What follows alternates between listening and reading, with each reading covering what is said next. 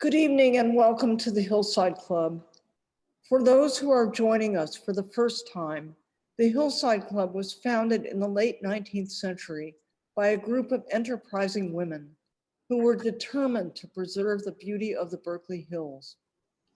Over time, men were invited, and the club expanded its mission to also become a place of intellectual discourse and the arts.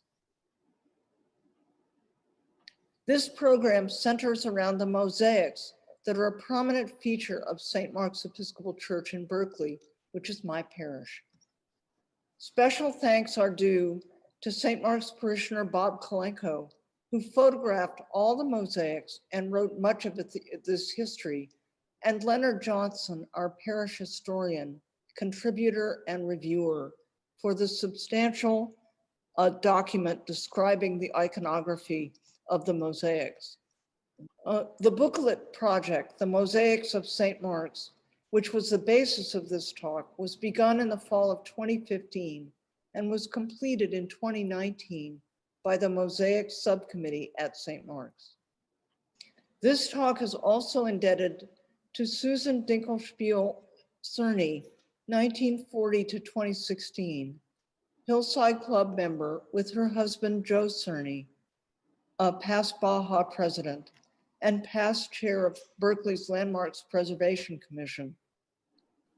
Much of the architectural history of St. Mark's in this talk is sourced from Susan's book, Berkeley Landmarks, an illustrated history of Berkeley, California, Berkeley, California's architectural heritage, 2001. In that book, Susan writes that St. Mark's is the most significant example of the mission revival style in Berkeley. It is the best surviving work of architect William Curlett, 1845 to 1914, a native of Ireland who arrived in San Francisco in 1871 and established his architectural practice around 1877.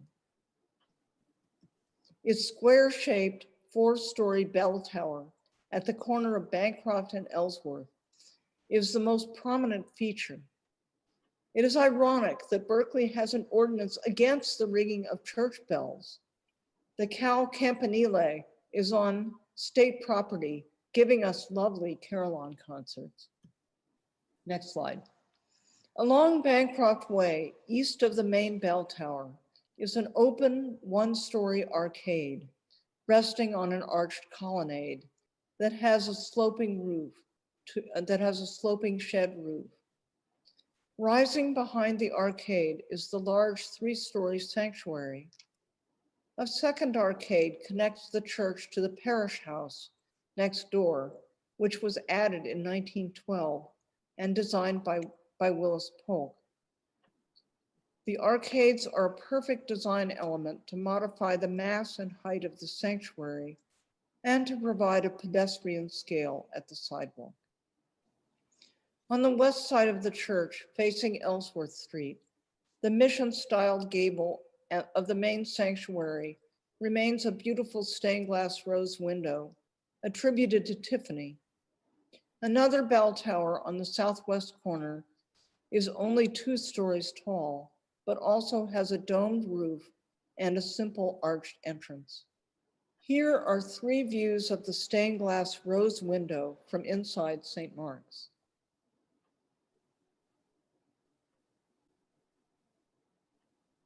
The Reverend Walter Williams was rector of St. Mark's from 1953 to 1962. Under his leadership, a major building program began, with the education building with nursery and classrooms to be the first constructed.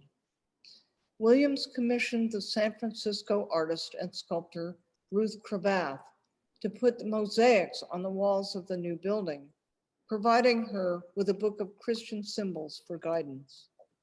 Ruth Cravath was born in Chicago in 1902 and came to the California School of Fine Arts, San Francisco in 1921. In an oral history interview conducted in 1975 for the Bancroft Library, she recalls first living in Berkeley in a brown shingle house on Leroy Avenue, very near the Hillside Club. That house was lost in the fire of 1923, after which Ruth lived in temporary apartments until moving permanently to San Francisco.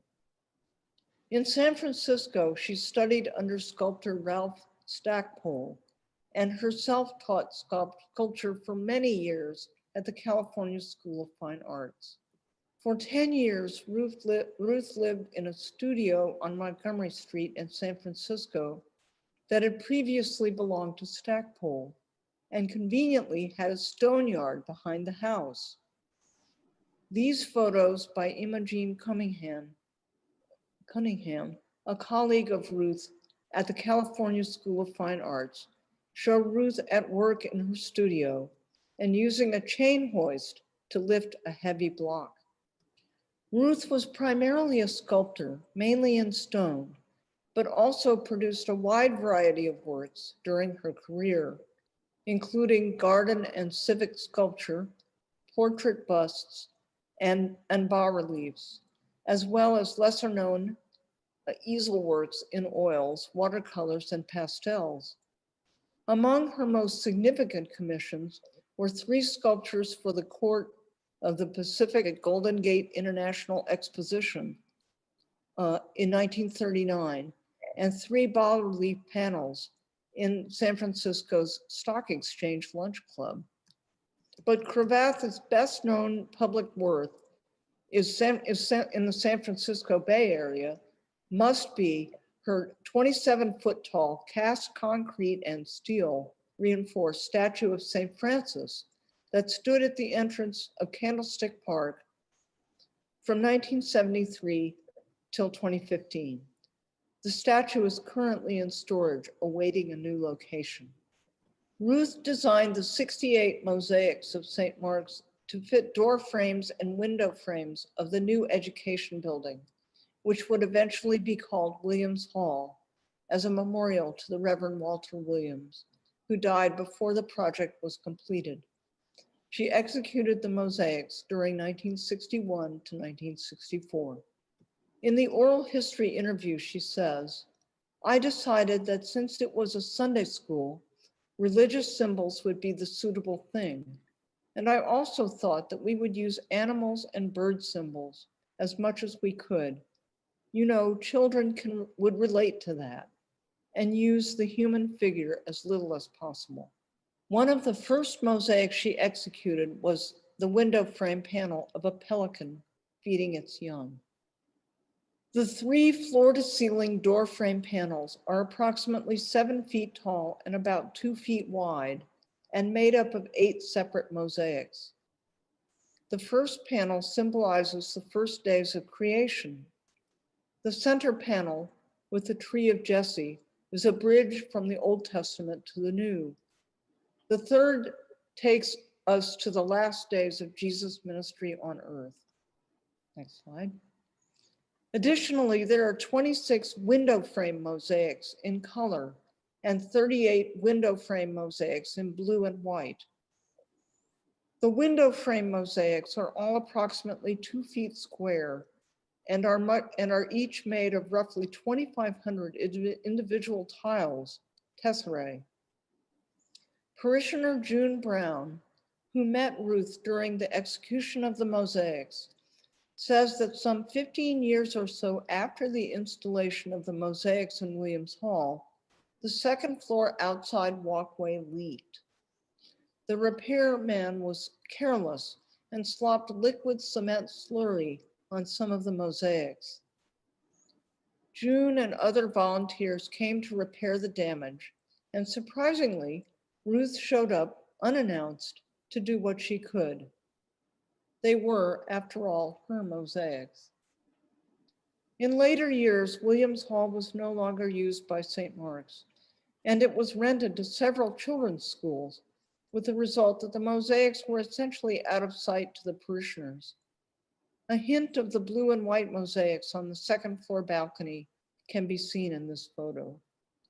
The mosaics were put in storage when Williams Hall was razed for a later development. The mosaics, all but 8, were reinstalled in and around the new Lions Hall, dedicated in 2014. The 3 large doorframe panels are installed on the outside wall of Lions Hall, facing the courtyard, thank you, where they form a chronological sequence. The panel of the north end, nearest to us in the artist's sketch, illustrates the creation story from Genesis as a large-sized panel of 8 separate mosaics, along with a group of 6 smaller mosaics that symbolically portray the 6 days of creation. Next slide. At the upper right, in the top row, is the eye of God, omnipotent and omniscient, gazing upon the creation and seeing that it is good. To the left is the Holy Spirit. Ruth's design for the 2 large center mosaics was constrained by the structure of the door frames on Williams Hall. The design is easier to understand if the panels are rotated counterclockwise by 90 degrees. Now we see the starry firmament above and the sky below, populated by various colored birds in flight through the airy element of our life. Isaiah 11:1. There shall come forth a shoot from the stump of Jesse, and a branch shall grow out of its roots. This quotation from Isaiah is graphically illustrated by the second of the 3 large door panels. The second row from the bottom shows branches with early fruits. On the right, the hexagram of David, Jesse's son, and on the left, the Temple of Solomon, David's son. The center panels take us from the Old Testament to the New. On the right, on a branch from Jesse, is the scroll of Isaiah. On the left is a ram, a sacrificial animal. The third door frame mosaic takes us to the last days of Jesus' ministry on earth. As a whole, this panel symbolizes the Last Supper and Jesus' apostles. As is traditional in Christian art, Jesus' apostles are usually represented by the instruments of their martyrdom, just as Jesus is represented by the cross. The centerpiece of the mosaic's installation shows the icons of the 4 evangelists arranged and the Lamb of God, Agnus Dei, the icon of the Lord Jesus Christ, all around the fireplace inside Lions Hall. The Lamb has a halo, the symbol of divinity, and carries the cross of sacrifice and the banner of victory. A winged lion, St. Mark, is at the lower left. A winged bull, St. Luke, at the upper left. A winged man, St. Matthew, at the upper right, and in the eagle, St. John, at the lower right. The icons of the 4 evangelists are all shown with wings because of their connection to the divine. Ruth used a similar design for all the wings, white-gray with red edging. The Gospel according to Mark opens with the voice of one crying in the wilderness, Mark 1:3. This was likened to the roaring of a lion in the desert. The medieval bestiaries taught that lions sleep with their eyes open, which was likened to Christ in the tomb, yet alive. The upper left corner of the winged lion mosaic reads Ruth Cravath, 1962, as shown in the following slide.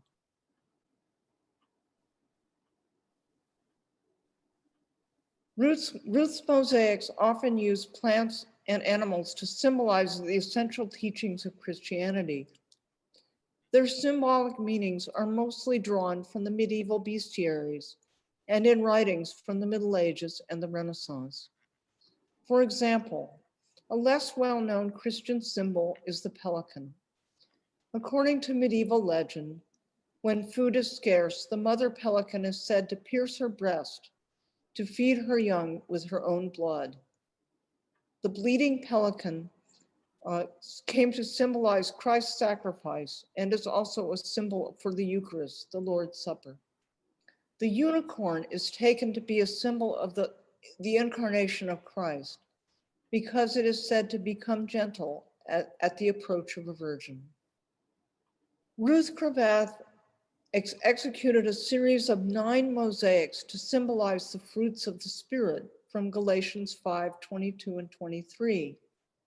Love, joy, peace, patience, kindness, goodness, faithfulness, gentleness, and self-control. The dog is noted for faithfulness and obedience to its master. This panel is located on the outside east wall of Lions Hall. I think that my guide dog, Veronique, and our manager's wonderful dog and club mascot, Bella, would love this mosaic. Dedication of Lions Hall. On a sunny day in 2014, the parish gathered to dedicate Lions Hall. You can see some of the panels behind this happy throng. We are so blessed to have saved the art of Ruth Cravath, now so beautifully integrated in and on this building, and we long to be back in it together, as in this picture. And it will happen in due time.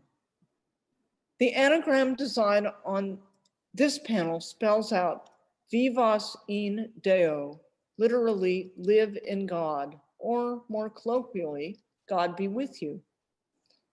This seems a fitting way to end this lecture. I hope you have enjoyed seeing these wonderful mosaics, and when circumstances allow, you will come sometime when the church is open to see them. I also want to say a big thank you to our club president, Jim Fisher, for the time and energy, and also to Araceli, our club manager, for the time they gave helping me put this program together. And Araceli did a lot of work behind the scenes, but Jim really helped me with this project. I couldn't have done it without him. And to that end, I have something for you, Jim. This is for you, coming at it. Yes, the organ, what you saw below the stained glass is the case of our beautiful Flintrop organ, and the choir sits in almost English choir style seating below on the either side of the organ, on risers, or on platforms, I should say. And we're at the back of the church, at the west end of the church. The altar is at the east end. And I wish we had more pictures of that, but. Jan, is that your church? Yes, this is my church. I see. And I've been attending church on Zoom every Sunday morning at 10 since the beginning of March. We do have a live stream at Zoom, both on our Facebook page and on our parish website, stmarksberkeley.org. Nice to see everybody's faces. I can't quite see everybody, but it's wonderful. What kind of activities do you do there? Oh my gosh. Well, you mean in normal times or now? Normal. Normal. Oh my gosh. We have church on Sunday, and we have on the second Sunday of every month, September through June, we have an organ recital, long-standing organ recital series, evensong and organ recital. And even now we are doing organ recitals, but the organists on the series are playing from their location mostly. A few of them will be given from St. Mark's, but most of them will be given from the location of the visiting artist. And they're wonderful on the second Sunday of each month. Check out our website. We have lots going on. Jan, this is Kirk speaking. Hello. What were the years over which these mosaics were done? Was it done in a short period of time, or was it done over a long period of time? It was done from 1961 to 1964. So they were all done pretty much together then? Yes, they were. What's amazing, if I'm not interrupting, what is amazing to me is how much dynamic feeling there is in the figures, the animals, and everything. Even though it's mosaic, I'm very surprised. It seems like there's not a lot of detail because it is mosaic and it's a kind of a fixed thing, but everything looks so alive. You're right. There is a three-dimensional quality to it, very much. Hi, Jan. It's Lorraine. How are you? I'm fine. Good to see you. Good to see you. Thank you for the presentation. Your church is lovely, and when I get a chance, I'm going to come. Good. But I was curious about the stained glass window. Yes. It's beautiful. Who did that? Well, we think that Tiffany did it, but we're not 100% sure. But Tiffany or some protege of Tiffany did it. Yeah, that's lovely. Thank you. And the You organ, need to unmute the organ yourself. below it dates from 1971 and has been added to a little bit since then. Okay. Hi, Hi, Gregory. John. It's Gregory. I made it. Good. Good to see you. Yeah. And I see your brother, John. Hi, John. I think I met you one time at St. Mark's, maybe. Yes, absolutely. I think you might have, Jan, the great presentation, by the way. Thank you. I would love, could you go back to the anagram slide? I completely missed how that anagram was. I think you said God go with you. Sure, God we be can with do it. you. Yeah, we can do that. I don't understand why that is those words. I'm not sure exactly either, but it's stylized. And Are they the Greek letters? yes, and they may be in the Greek style too. Or Latin. No, Sorry, no, it's probably more like Latin than Greek. Here we are. Yeah, Ah. and I'm not. It's short for a lot of things, and I don't know exactly how it. I don't know how. This was her explanation of it, so she had her own her own reasons, I guess. But it's beautiful. stylized. Okay. Hey, Jan, this is Jan's sister, Chris, Hey, can I- also attending Oh, hi, from, Chris, I think I met you too, maybe. I don't know. Hi, Greg. I'm a good friend of your sister, so. nice to see you. And I'm attending from Washington, DC. Jan, it was a wonderful lecture. The mosaics are beautiful. And my question is, why are they, where are the ones that aren't displayed now, and why aren't they displayed? They are in storage because I think we literally ran out of space.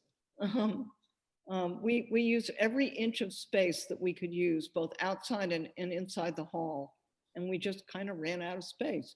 But Wow. we have them. They're in storage.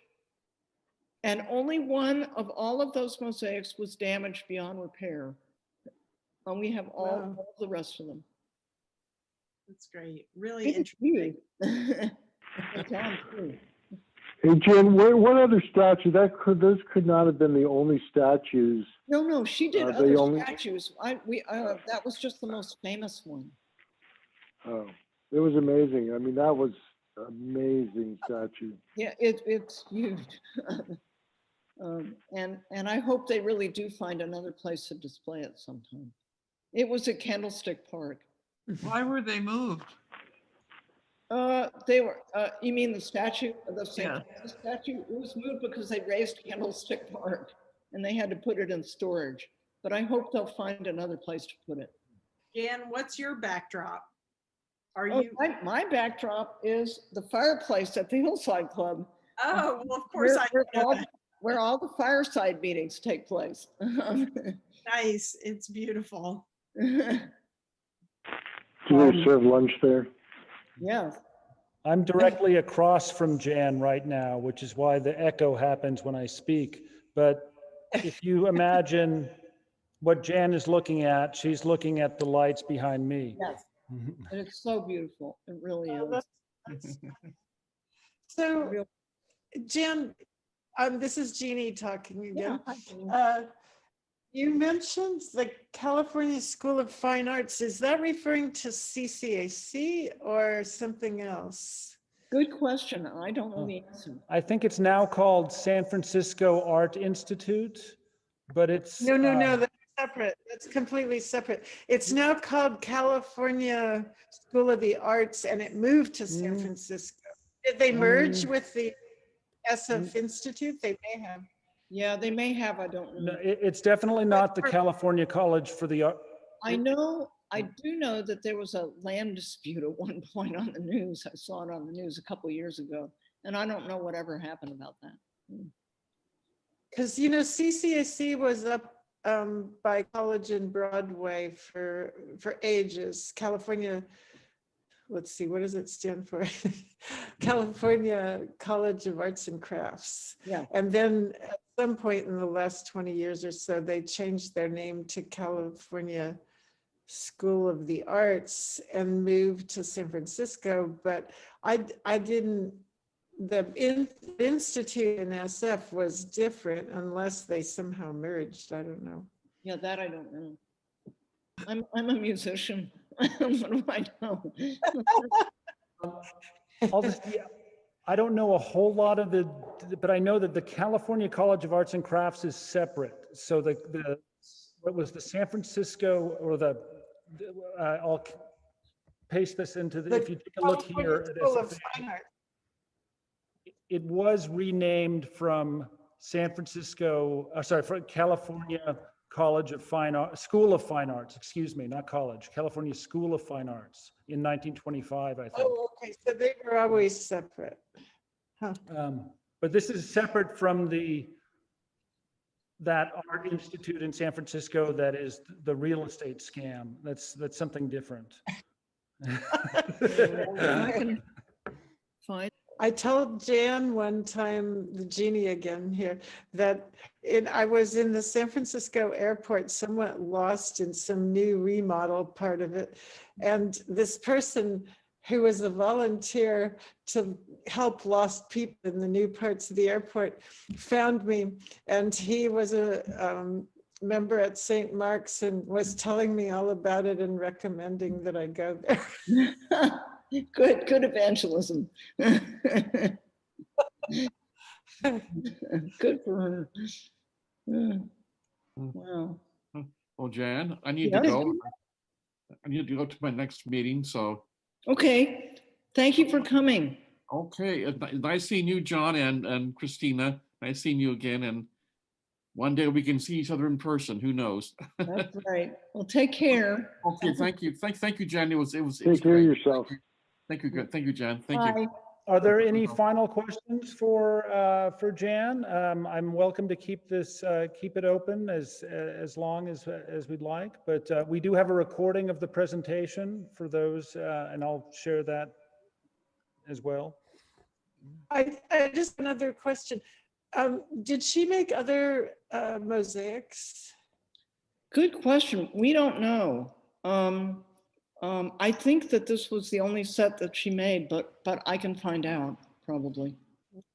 I can't answer definitively, but in that oral history, she mentions other liturgical commissions, and there may have been another mosaic. That's possible. Yeah. But I don't know for sure. But she did all kinds of different commissions, including there's a bust of mayors in San Francisco City Hall that she's done as well. So she went all, she did it for everyone. Thank you very much. That was very interesting. And I'll see you next time. Yeah. Okay. Bye-bye. Thanks for coming. Bye. Okay, thank you, Jan. Thanks, Jeannie. Good to see you. I think Bye. it's 3 It hours was great. later. We're Hey, bye. It's late where you are. Thanks, Bye. Jan. Thank you. Bye. Really wonderful. Bye. Here. Awesome you. job. Bye-bye. Bye-bye. Thank you. Bye, John. Thank you. Bye-bye, Jan. Good presentation. Good night. Bye, Lorraine. It's good to see you. Oh, I just wanted to say thank you, Jan. It was Oh, yeah. wonderful. Oh, you're welcome. Thank you. Glad to do it. Okay, I'm about to end the meeting here. So we will see you all soon, and stay healthy and safe, and and all everything else, and enjoy those mosaics. I really it was a pleasure for me to learn more about this artist, and you know, and all of the symbolism as well. So I hope everyone enjoyed it as much as we did. And bye-bye. Good night. Bye-bye.